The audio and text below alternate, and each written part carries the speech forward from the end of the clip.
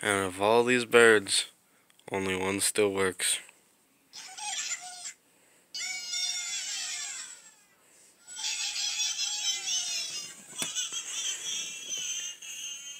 I'm not gonna lie, that noise made up at least a decent 25% of my childhood. And YouTube or Angry Bird YouTube videos took up at least 50, and 10% of that went to at least eating, sleeping, and everything. And some percentage went to school, I think. Oh, my bad. And the other 100% went to loving Star Wars. This is RNSRT264. Peace out, guys. Hope this is a little nostalgic.